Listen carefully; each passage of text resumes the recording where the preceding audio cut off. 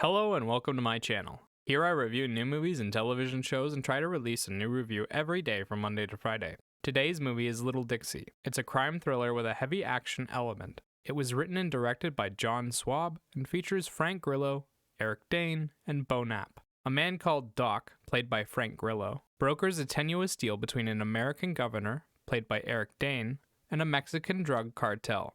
The deal is done in secret and sees the governor get money for his campaign while the government looks past some of the cartel's crimes. When the governor oversteps and executes the brother of the cartel boss, inadvertently breaking the deal and starting a war, Doc finds himself in the middle of it. When his daughter is taken hostage, he finds himself on the warpath to save her. The story is entertaining but involves a lot of nonsense scenes, dumb characters, and a lot of red shirt enemies. The politics and the inner workings of the cartel are all background aesthetics, and the story itself is just a vehicle for all of the action sequences. The action sequences are mostly scenes of mindless cops and cartel members being gunned down by one of the two main characters or dying to each other in a firefight. There are a few good moments where the leads pull off a cool move, and the long continuous shots during the combat sequences look fantastic, but none of the film's enemies ever present a real challenge. The film spends most of its time flipping back and forth between the perspectives of two characters and showing the story through their actions and experiences. Doc, the main character, and Cuco, the lead antagonist,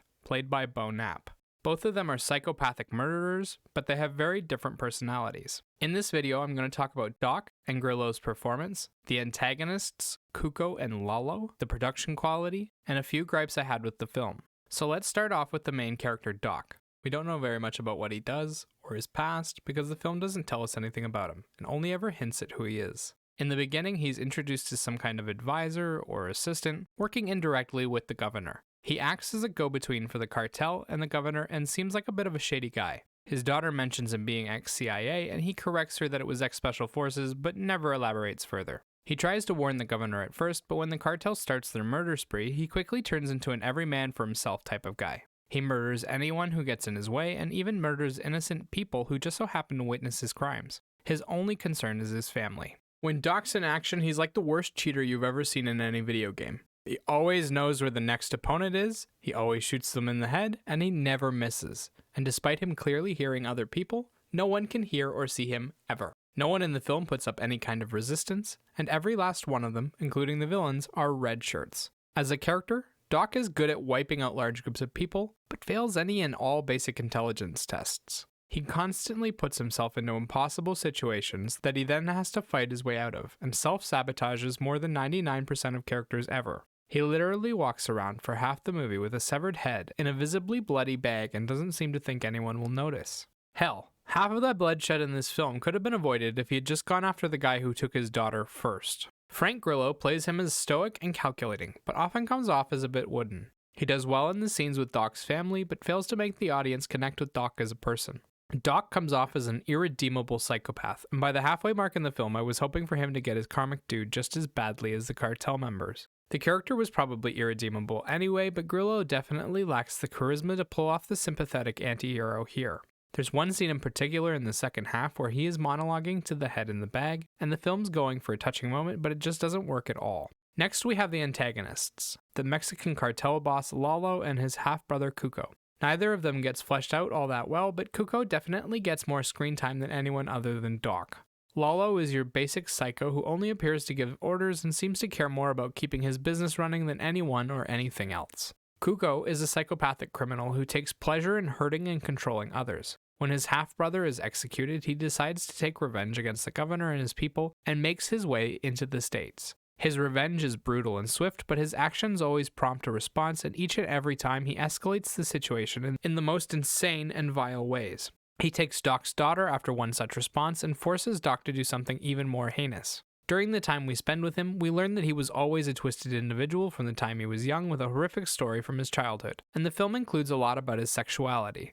We see him enter a bar, pick somebody up, and enjoy their company in what can only be described as a horrifyingly captivating way. Up until that point, Cuco has been a complete psychopath, and as audience members we can only think he has horrible intentions for this person, but he genuinely seems to like them, and only turns on them when they accidentally see some of the evidence he stupidly left lying around. Like Doc, he's an absolute idiot, and makes decisions that could only ever lead to disaster, even for the only two people he shows any affection for. Bo Knapp, who plays Kuko, tries to aim for that mad dog gang member stereotype, with a bit of vulnerability underneath. He takes pleasure in hurting others, often smiling and laughing as he kills them. The movie does show another side of him, but it's not enough to sympathize with him on any level, and the character ends up being incredibly hateful. You want him to die for all that he's done, and no part of him seems redeemable in any way. Outside of Kuko and Doc, the film rushes through the rest of its characters and their time on screen.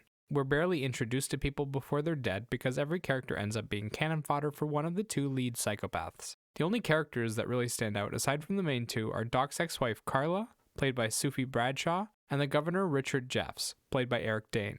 Both of them play interesting people, but they receive little to no screen time. In terms of production quality, the film is well produced with clean, stable visuals, beautiful mansion homes for sets, and lots of sharply dressed characters. The violence isn't overly gory, with the worst moments being a few people being shot and seeing the bullet wounds on their bodies and an implied dismemberment. Technically, there's a severed head too, but it doesn't look real at all and the film barely shows it. The soundtrack is basic but effective at what it hopes to do. The film uses simple instrumental background tracks to build out its scenes, and it usually manages to pick the right vibe or emotion in the songs. There is one unique song in the film which is sung by the person Kuko picks up. It's sung as part of a seduction scene and is done in a sexually explicit way. It's interesting, but it felt a bit out of place for the tone of the film and went on way too long. Finally, we come to the part where I air my big grievances with the film and talk about what I think they failed to do. This film wastes a lot of time on what I call flavor moments. Scenes that go on too long and over-explain the point of the scene in an in-your-face kind of way. Like the scene of Doc monologuing to the head or the execution scene. There's all this useless dialogue that is supposed to help us connect with Doc, but given all of his actions in the film, it just doesn't work. Doc murders so many innocent people in his quest to save his daughter, and he goes out of his way to kill innocent people to protect himself from the consequences of going on a rampage. When the film asks you to feel for him, it's almost impossible. I enjoyed the film as a bad action film, but as a story it almost makes no sense. Doc is a complete psychopath, and he would be counted among the worst serial murderers in US history with how many innocent people he killed. If you like mindless action, this is an entertaining watch. It's got some weird moments where I'm not sure that even the creators know what they're trying to say, but I found the weird aesthetic and attempts to paint Doc as a sympathetic hero comical, and there are some decent action moments. 6 out of 10.